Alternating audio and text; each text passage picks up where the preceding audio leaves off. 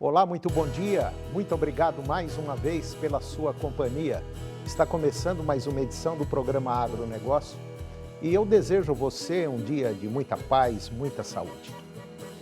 E no programa de hoje, nós vamos dar um giro pela telecomunicação no Brasil, isto é, vamos falar da faixa 5G, que a partir de agora está liberada basicamente para todo o país. Vamos comentar de emissão de gases de efeito estufa e pagamento de imposto. Você vai ver que o preço da saca de café custa até R$ 1.700 e por isso que tem muita gente reclamando do preço do cafezinho de todo dia. Vamos comentar também da relação comercial entre China e Estados Unidos, principalmente depois da vitória de Donald Trump. Eu vou conversar com Paula Freitas. A Paula, ela é gerente de cadeias produtivas e estratégicas da Fundação Solidariedade. E vamos falar de um estudo econômico que identifica mudanças necessárias do uso da terra no cultivo da soja, lá na região do Mato Piba. O programa Agronegócio já está no ar.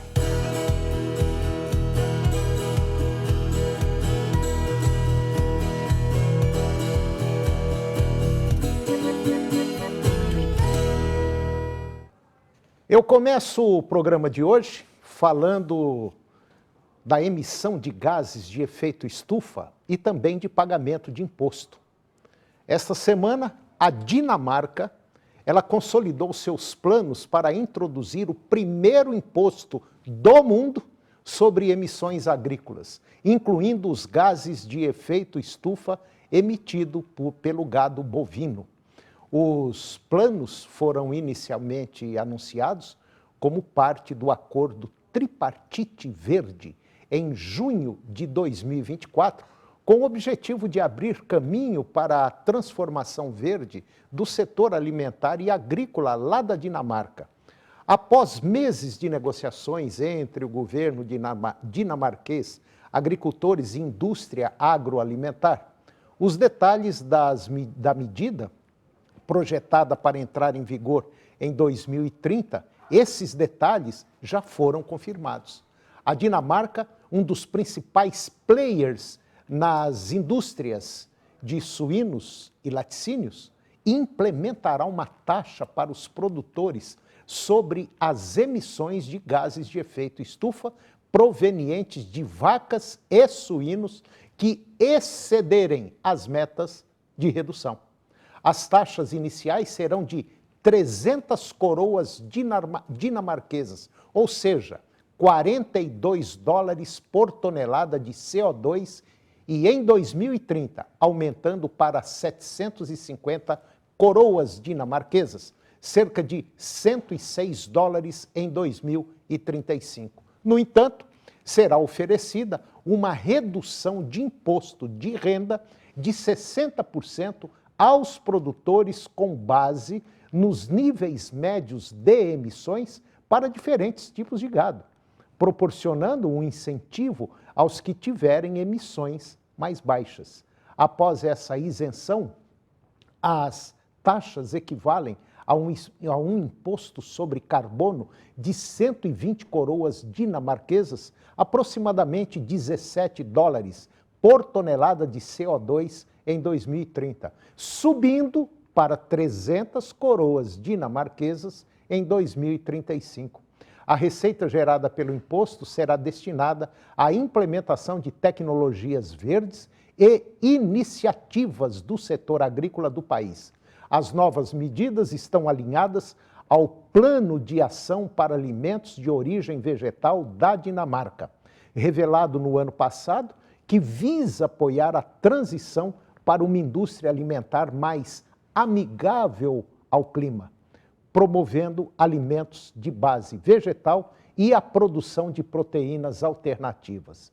A Dinamarca também comprometeu mais de 55 milhões de euros, por volta aí de 59 milhões de dólares, ao seu fundo de subsídios para alimentos de origem vegetal, que busca apoiar pesquisas e inovações nessa categoria. Além disso, o fundo que estava programado para terminar em 2030 será tornado permanente.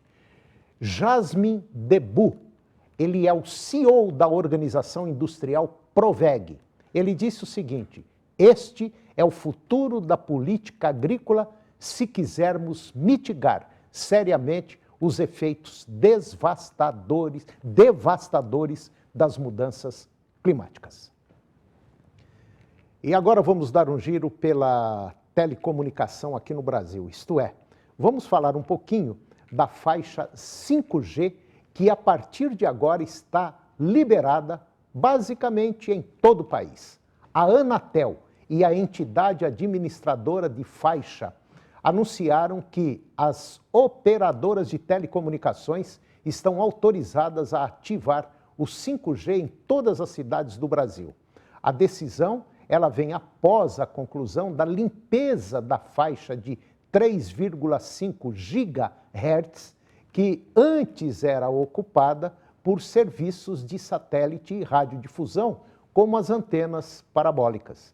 A Anatel estima que o 5G pode gerar até 41 bilhões de dólares ao PIB brasileiro até 2030, com avanços significativos em setores como saúde, transporte, agricultura e manufatura. Segundo a ABRAC, que é a Telecomunicações da Associação Brasileira de Avaliação da Conformidade, afirmou que o 5G não é apenas uma tecnologia mais rápida, mas um verdadeiro catalisador para inovações com potencial para transformar o agronegócio e ampliar a inclusão digital e aprimorar a telemedicina.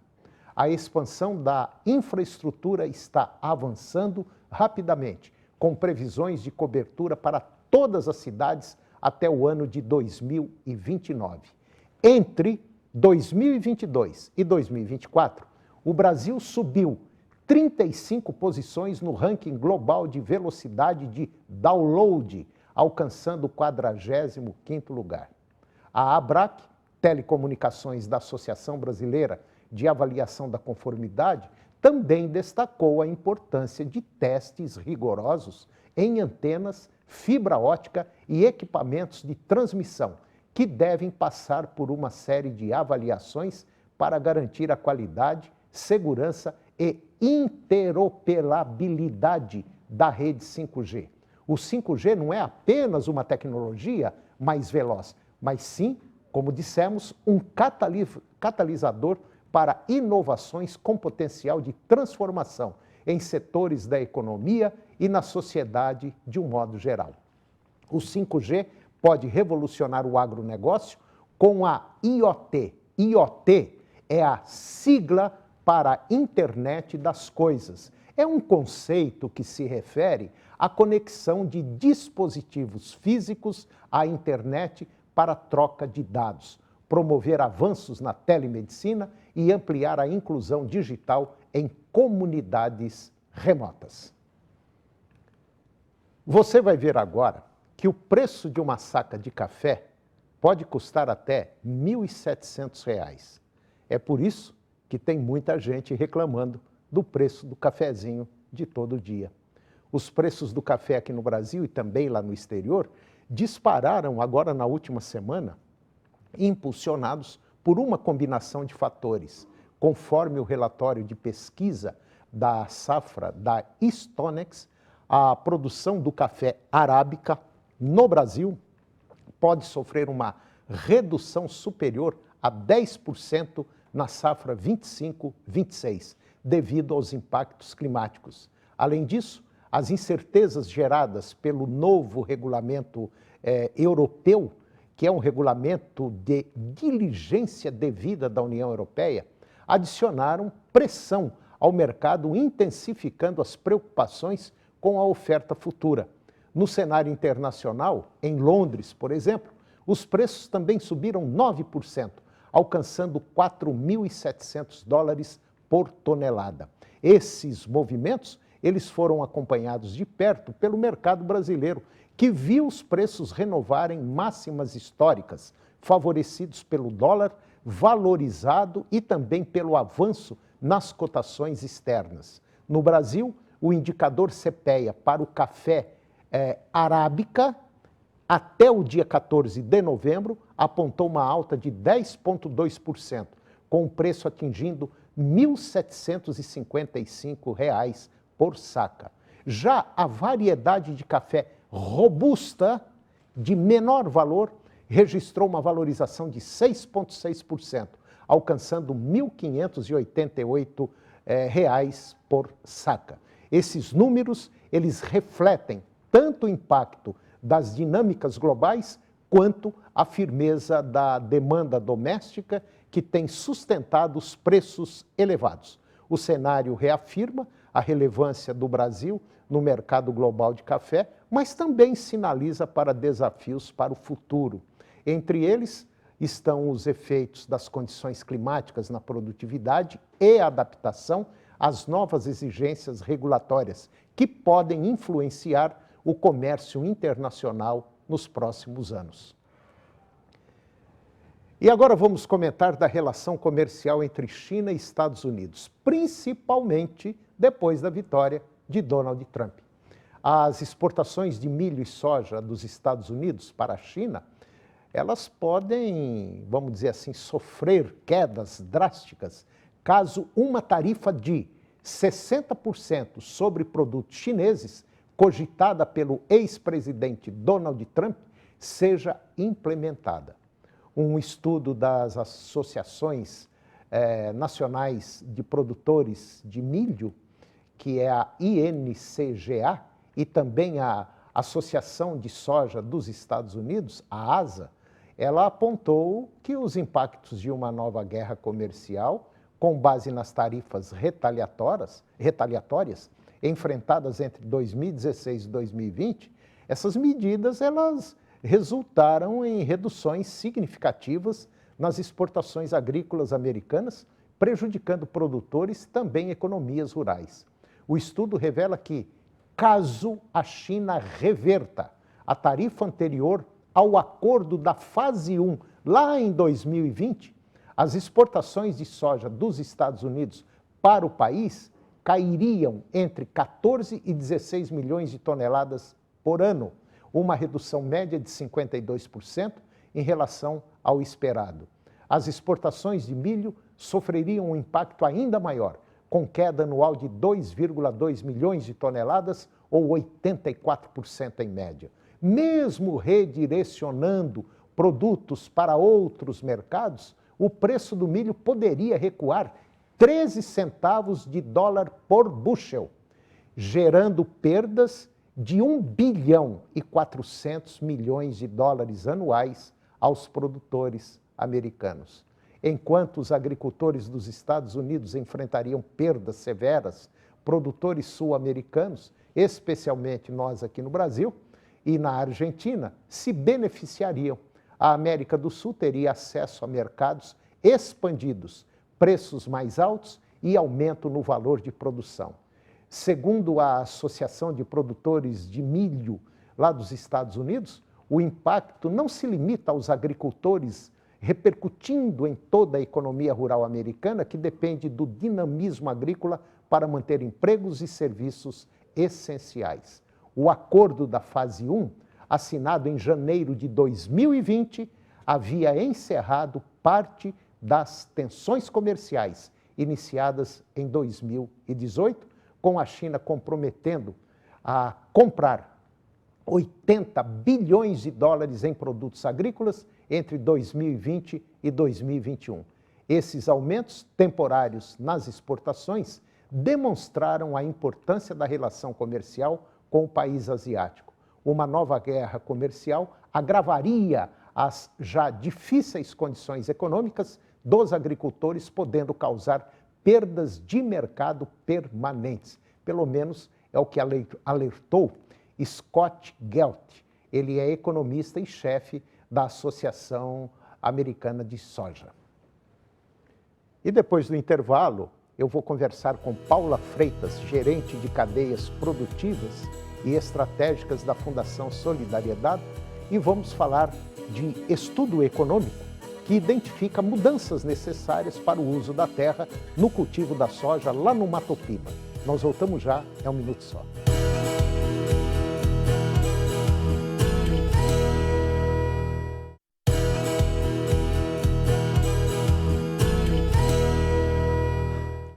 Nós estamos de volta e agora eu vou conversar com Paula Freitas. A Paula é gerente de cadeias produtivas e estratégicas da Fundação Solidariedade. E nós vamos falar de um estudo econômico que identifica mudanças necessárias do uso da terra no cultivo, principalmente da soja, lá na região do Mato Piba, Maranhão, Tocantins, Piauí e Bahia. Paula Freitas, muito bom dia, muito obrigado pela sua presença, é um prazer tê-la aqui para falar de um tema interessante, né, e complicado ao mesmo tempo, né? Tudo bem? Bom dia, Antônio, tudo bem? Muito obrigada pelo convite e é realmente isso mesmo, é ao mesmo tempo interessante e complexo esse tema, porque a gente está falando da expansão da soja nessa região que é conhecida como a fronteira agrícola, que engloba esses estados, né, que juntos a gente chama de Mato Piba. É verdade. Nós sabemos que é uma região muito grande, por volta aí de 72, 73 milhões de hectares, é uma área enorme, é uma área considerada, vamos dizer, uma área agricultável, muito boa, muito rica a sua fauna, flora, e que hoje o Mato Piba representa aí por volta de, acho que mais ou menos aí, uns 12% da produção nacional. Quer dizer, se a gente for levar para o lado financeiro, social, emprego, desenvolvimento da região, ela é muito significativa. Mas aí tem aquele outro lado, que é o lado ambiental, que é um lado preocupante, porque, de maneira geral, onde o setor agropecuário entra, realmente ele entra para produzir. E muita coisa vai embora e gera uma série de problemas, né, Paulo? Exato. O que acontece é que a produção de soja, nessa região, ela costuma ser de larga escala. Então, você tem um produtor entrando em terras muito grandes. O pequeno produtor na região vai ter 500 a 1.000 hectares, né? Então, é bem diferente do que a região sul. E a gente fala que é uma fronteira agrícola porque ela vem sendo utilizada para soja nos últimos 20 anos, a oeste da Bahia nos últimos 40 anos, mas não é consolidada como o Sul, nem como o Mato Grosso, né? Que a gente já tem a soja sendo produzida há muito tempo. Inclusive, nos últimos documentos que mostram o desmatamento ou a área de conversão, onde tem os maiores índices, está nessa região. Por conta da moratória da soja também, a gente vê que não tem tanta expansão da soja na Amazônia, e aí a gente acabou fazendo um estudo único, porque a gente olhou para a parte econômica, tentando entender os fatores econômicos dessa expansão, né? E pensar, está todo mundo falando de uma sustentabilidade e de uma vontade de não ter essa conversão, né, do desmatamento, ou se não for mata ou floresta, que seja cerrado, né, para manter a vegetação nativa, ao mesmo tempo que a gente entende que existe uma pressão para que tenha mais produção de alimento, porque a gente vai ter uma população, a gente está tendo uma população cada vez maior e precisamos produzir mais alimentos, mas com mais eficiência, né? É verdade. E é aí que mora o perigo, né, Paula? Porque é uma exigência que vem goela abaixo, não tem como às vezes a gente segurar, mexe no bolso porque é dinheiro entrando, mas aí é como se fosse uma pessoa com uma infecção muito grande. A gente sabe que antibiótico é um veneno, é cruel, mas se quiser sarar tem que tomar o tal do antibiótico, e às vezes em doses muito fortes. Então, é uma situação muito delicada. Quer dizer, a gente fazer uma cerca, construir uma cerca e falar daqui para lá não pode desmatar, é basicamente impossível. Então, o que eu acho que tem que ter, inclusive eu já fui criticado, eu já falei isso em palestra, tal, publiquei muita coisa, eu acho que nós estamos precisando pensar mais num controle de natalidade também, porque a população vem crescendo assustadoramente e todo mundo sabe, não vai caber todo mundo na Terra.